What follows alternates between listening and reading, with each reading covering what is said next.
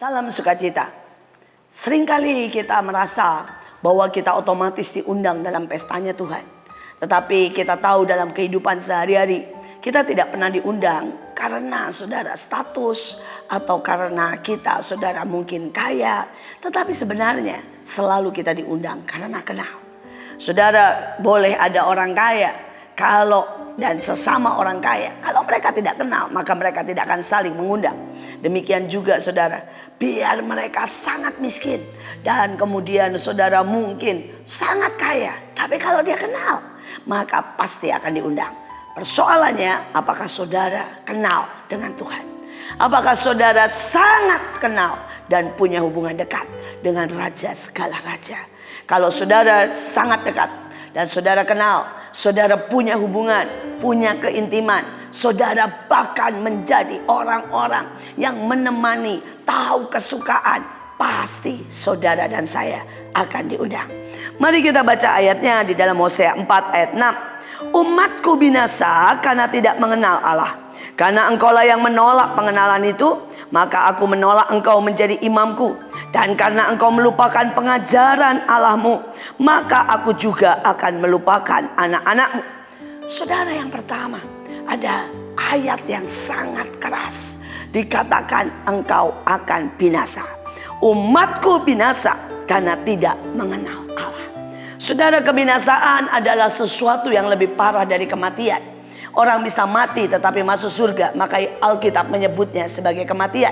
Tetapi pada waktu saudara meninggal dan saudara masuk ke neraka, maka Alkitab menyebutnya sebagai kebinasaan. Saudara binasa di dunia jasmani, jiwani dan rohani. Habis kalau kita tidak mengenal Allah dan kita menolak pengajaran itu. Tetapi dalam kehidupan sehari-hari saudara, pada waktu kita tidak mengenal, itu masalah. Itu problem besar. Beberapa waktu yang lalu saudara, saya datang ke sebuah rumah, diundang makan. Dan saya kaget sekali. Saudara, suami istrinya orang eksekutif kaya raya. Saudara, mereka pakai baju rapi. Mereka direktur dari perusahaan-perusahaan besar. Dan mereka sangat-sangat sopan.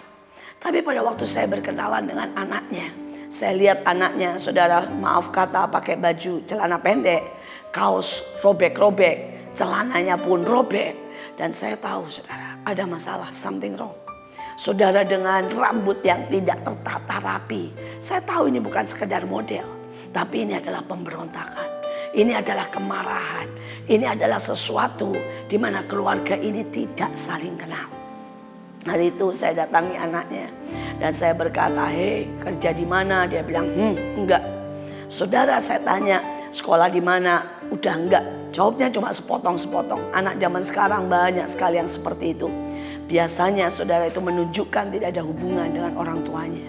Menunjukkan ada sesuatu yang miss. Karena mereka tidak belajar berkomunikasi. Mereka menjadi sangat individual. Mereka bermain dengan HP. Bahkan pada waktu di dalam atau bersama-sama di meja makan, mereka tetap pegang HP. Saudara, ini menjadi sebuah masalah besar. Dan saya mulai mencoba mengomunikasikan. Saya berkata, enggak masalah kamu berbeda dengan orang tuamu. Karena anak saya juga sangat berbeda. Saya dari teknik, anak saya main di film. Saudara, dan saya ngobrol hal-hal yang sepele. Ini anak cuma jawab iya, tidak, saudara. Tapi saya sedang berusaha untuk menembusi hatinya. Bahwa dia harus mengenal orang tuanya. Dia harus mengenal dirinya. Karena itulah kunci daripada keberhasilan. Tapi kita jelas harus mengenal Tuhan. Karena itulah kunci hidup yang kekal. Saudara, dan sebaliknya saya juga bicara pada orang tuanya saudara. Saya berkata, anakmu jelas punya keinginan, hobi, apapun yang berbeda. Dan mereka mulai mengeluh. Dia berkata, anak ini anak bermasalah. Saya coba masukkan sekolah, dia tidak mau dan bla bla bla. Dan saya berkata, karena kamu tidak kenal. Coba mulai hari ini jangan dikasih komentar. Tapi turuti saja hatinya. Dukung. Walaupun kau tidak suka, bersemangatlah. Supaya anak ini berani mengeluarkan siapa jati dirinya.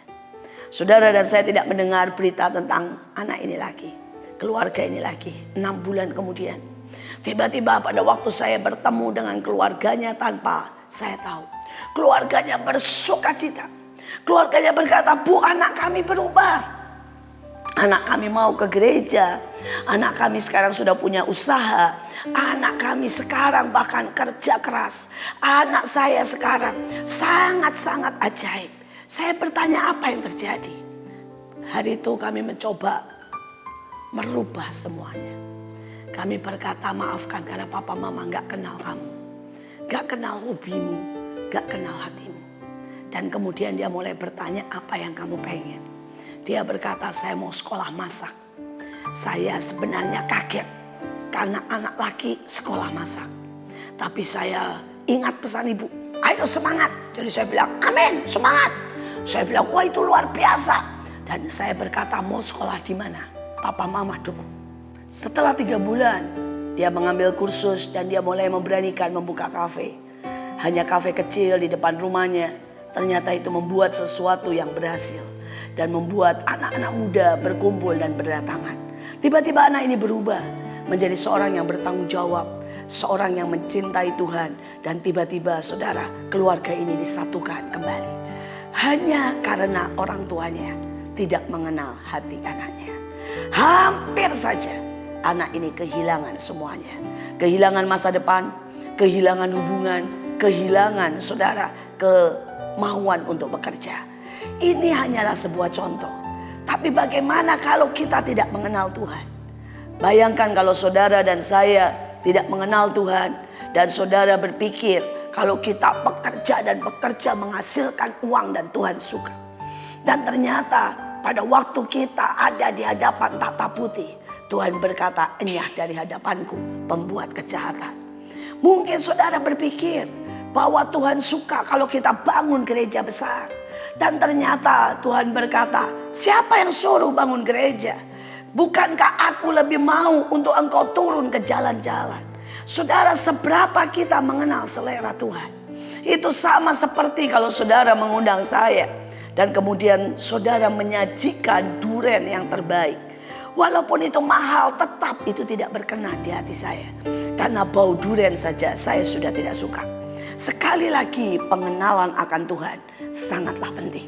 Ada satu ayat lagi yang berkata, "Inilah hidup yang kekal, yaitu bahwa mereka mengenal Engkau, satu-satunya Allah yang benar, dan mengenal Yesus Kristus yang telah Engkau utus." Yohanes 17 ayat 3. Rupanya hidup yang kekal exactly, persis berhubungan dengan pengenalan. Seberapa kita bisa mengenal Tuhan, seberapa kita bisa menyukakan hatinya. Seberapa kita bisa mengenal Tuhan, maka kita akan disebut seperti Daud. Orang yang punya selera, kehendak, bahkan ritme jantung seirama dengan Tuhan. Hari ini mari kita tambah pengenalan. Tidak ada seorang pun bisa mengenal kalau dia tidak berjalan bersama. Mari kita belajar untuk berjalan bersama. Saya masih ingat sebuah kejadian, saudara. Hari itu kami mau buat acara besar di Monas. Dan tiba-tiba Tuhan berkata, "Seperti aku lahir dan mendatangkan lawatan. Seperti Musa mengeluarkan bangsa Israel dari Mesir. Demikianlah acara ini. Walaupun kelihatannya cuma acara yang biasa diadakan di Monas, akan membuat sesuatu dampak yang ajaib." Saudara, beberapa orang yang mendengar itu cuma berkata amin. Tapi saya tahu, kalau Tuhan berkata demikian, maka akan banyak tantangan. Karena kita tahu Musa keluar dari Mesir, banyak sekali tantangan terjadi. Dan banyak sekali bencana, banyak sekali malapetaka. Demikian juga pada waktu Yesus lahir, ada banyak anak yang meninggal, ada banyak masalah. Saya tahu ini bukan hal yang sepele. Dan benar saudara, acara itu berlangsung dengan ajaib. Di tengah begitu banyak masalah, izin ditolak di politik, saudara, dan hampir-hampir difitnah, digagalkan. Saudara, hampir ditutup, dibubarkan. Begitu banyak masalah. Tapi sekali lagi saya mengenal Tuhan. Pada waktu Tuhan bicara, saya tahu Dia berkata, "Nak, jangan khawatir. Seberapapun ada masalah, aku pegang kendali. Seberapapun Herodes mencoba membatalkan, seberapapun Firaun mencoba membatalkan, tetap jalan terus. Demikianlah kalau kita mengenal, kita akan tahu bahasa Tuhan, kita akan tahu artinya, kita akan berjalan dalam sukacita, dan kita akan melihat kemenangan demi kemenangan. Tuhan Yesus memberkati.